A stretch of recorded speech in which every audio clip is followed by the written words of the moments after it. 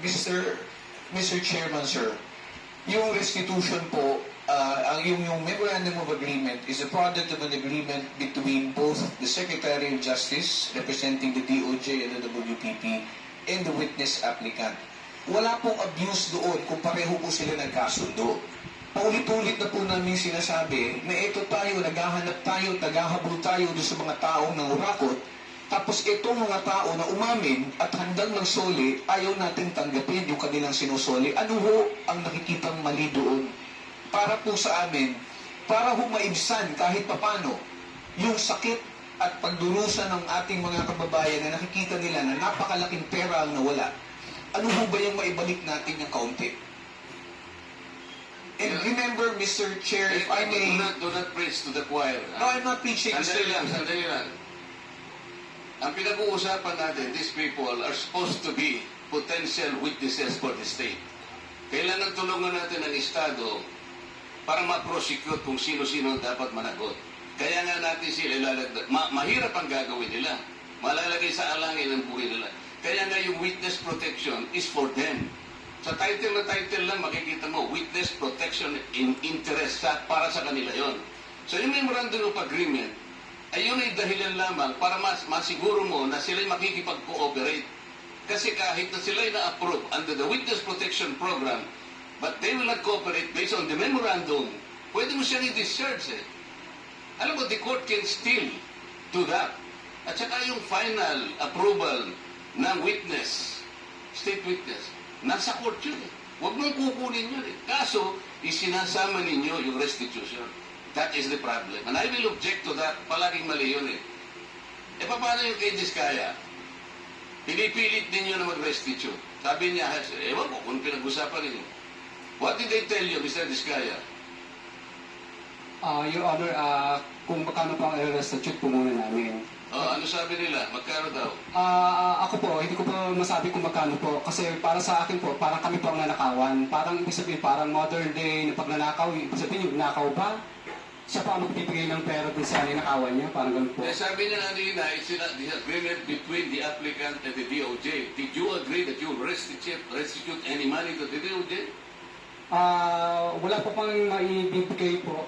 At saka... Yun na nga, because wala kang maibigay, hindi ka niya ipoprocess under the Witness Protection Program. Is that not correct?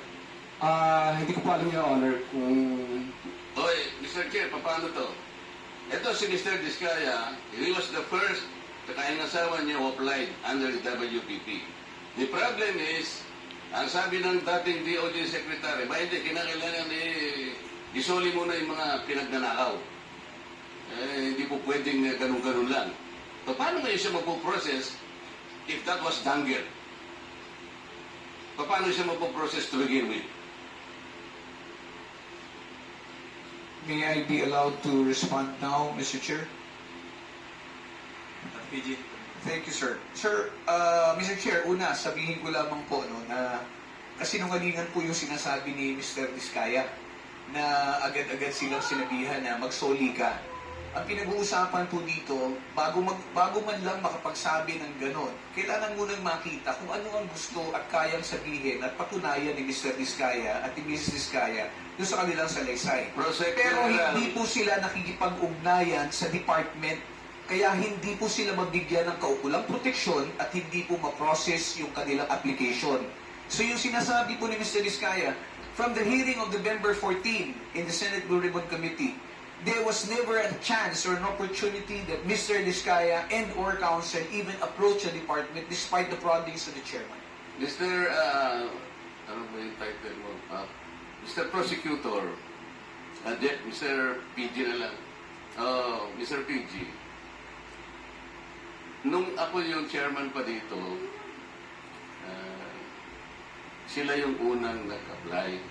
So, dahil kailangan nila ng protection, it was incumbent upon the chairman na sumulat sa Senate President to endorse yung kanilang application. That was the provision of law kasi. But even before they can do that, actually kasi nung sinasabi ko yon nung hearing, hindi ko naman alam mapapalitan na pala kami. Alam mo na yun,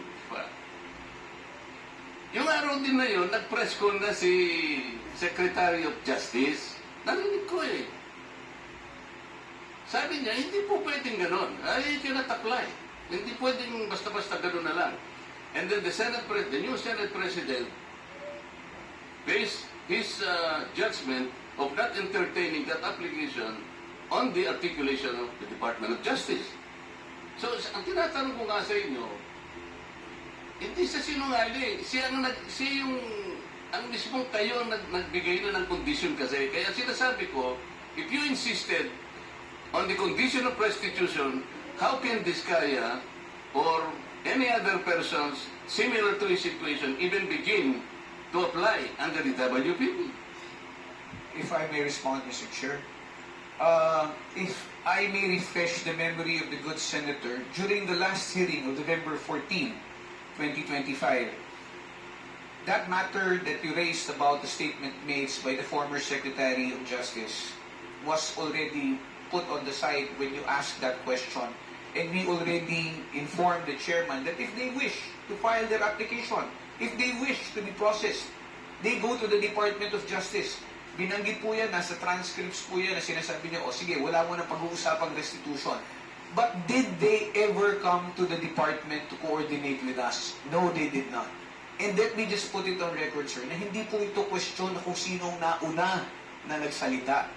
Hindi po ito question kung sino yung naunang nagbanggit ng napakaraming pangalan. Kung hindi rin naman nila kayang suportahan ng ebidensya at wala rin naman silang mabibigay na magpuprove o magpapatunay doon sa kanilang mga sinasabi, yan po ang kailangan naming suriin. I'm sorry, Mr. Chair, he did not refresh my memory. Pinupulyot mo yung memory ko eh. Hindi siya nagpunta rito na sabihin niya na, okay, pumunta ka sa DOJ, huwag na muna natin pag-usapan ng restitution. Walang ganon. Nagpunta nga siya rito dito si DOJ Secretary din eh. O sabi ko, Boying, okay na ba yun? Papupunta ko. O di wala na nga rin ha? Wala nang restitution ha? Basta papuntahin mo sila magkasawa doon. Hindi ba nagpunta ka, Mr. Diskaya? Yung kinabukasan nung magkita kayo rito? Mr. Diskaya, you may respond, but unfortunately... Your Honor, nung ano po, Your Honor, hindi po kami... yes po, Your Honor. Yeah, Sige. proceed. Kasi tapos na yung time ni Senator. Yes po, Your Honor. Opo. Hindi, guys, paliwanag mo.